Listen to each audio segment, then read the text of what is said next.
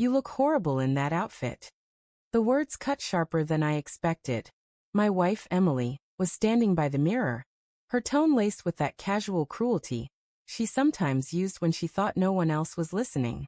I froze mid-buttoning my shirt, staring at my reflection.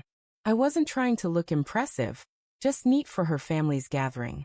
Before I could reply, her cousin Daniel, lounging on the couch, chimed in. "I disagree. He looks good. That color suits him." His words were kind, but they carried a strange undertone. Emily's face changed instantly. A quick flash of something, annoyance, discomfort, crossed her features before she plastered on a smile. She brushed off his compliment with a sarcastic laugh and said, "You're too generous, Daniel." The room went quiet for a second. My chest tightened. It wasn't just what she said, but how she said it, like she was caught between two roles. One, the critical wife dismissing her husband, and the other, a woman trying to manage something unspoken between her and her cousin. That moment should have ended there, but it didn't. It became the first stone in the avalanche that followed. The family gathering went on. Laughter, clinking glasses, stories of childhood. I sat at the edge of it all, smiling when expected, my mind circling back to the earlier exchange. Daniel seemed unusually close to Emily that night, standing too near when pouring her a drink, whispering in her ear, making her laugh in that soft way she rarely used with me anymore. I told myself I was imagining it. Cousins are close. Maybe they had a bond one didn't fully understand. But the way she leaned into him, the way her hand lingered on his arm, it wasn't family closeness. It was something else. That night, when we got home, I tried to shake it off. "Why did you say that in front of everyone? About my outfit?" I asked her, careful not to sound too hurt. Emily sighed, clearly annoyed. "Oh, don't be so sensitive. It was a joke." "A joke at my expense," I pressed. She shrugged. "You're overthinking. Stop making problems where there aren't any." Her dismissal stung. But what haunted me more was Daniel's voice in my head. "I disagree." Why did that simple sentence feel so loaded? Over the next few weeks, cracks widened. Emily was distant, guarding her phone like it held state secrets, stepping into another room to answer texts. At night, she turned away from me, muttering about being tired.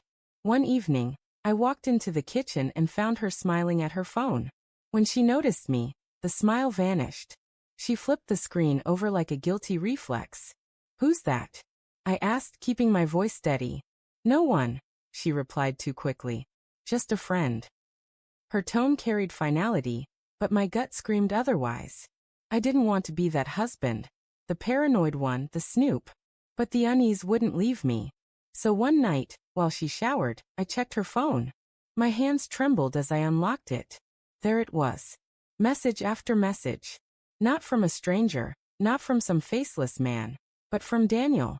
"Last night was incredible. You looked stunning in that dress." I hate having to pretend around him. My vision blurred. My heart pounded so hard I thought I might collapse. My wife. With her cousin. Betrayal didn't even feel like the right word. It was darker than that. I put the phone down just as she walked back into the room. Steam still clung to her hair. She caught the look on my face and froze. "You read my messages," she whispered, her voice tight. I didn't answer. I couldn't. Her mask slipped, panic flickering across her face before she tried to reclaim her composure.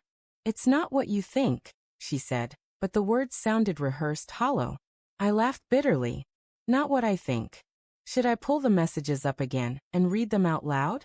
Which part isn't what I think? The part where he compliments you like you're his?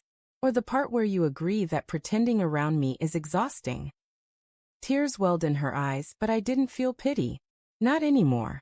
The confrontation stretched deep into the night. She tried to explain, to paint it as a mistake, a moment of weakness. She claimed she never meant to hurt me, that Daniel understood her in ways I didn't. Her words burned. "Understood you? He's your cousin, Emily." She winced, shame flickering across her face. But it wasn't enough. Nothing she said could erase the image of her laughing with him, touching him, sharing pieces of herself that once belonged to me. The following weeks were agony. We lived in the same house, but might as well have been strangers. I'd catch her staring at me with guilt, sometimes trying to reach for my hand, but I pulled away. Friends and family noticed the tension. We kept up appearances, but inside I was hollow. Every time she spoke, I wondered if she was lying. Every time she left the house, I wondered who she was really with.